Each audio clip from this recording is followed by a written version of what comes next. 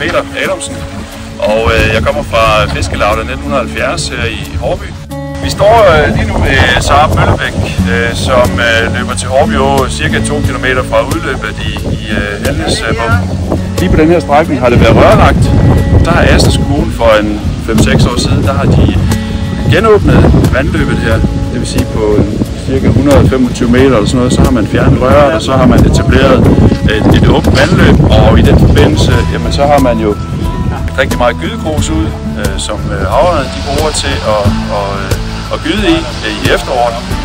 Og vi har lige her for nylig sidste efterår, så bare jeg været igennem vandløbet og har faktisk talt 12-14 store gydebanker bare på en cirka 200 meter lang strækning her.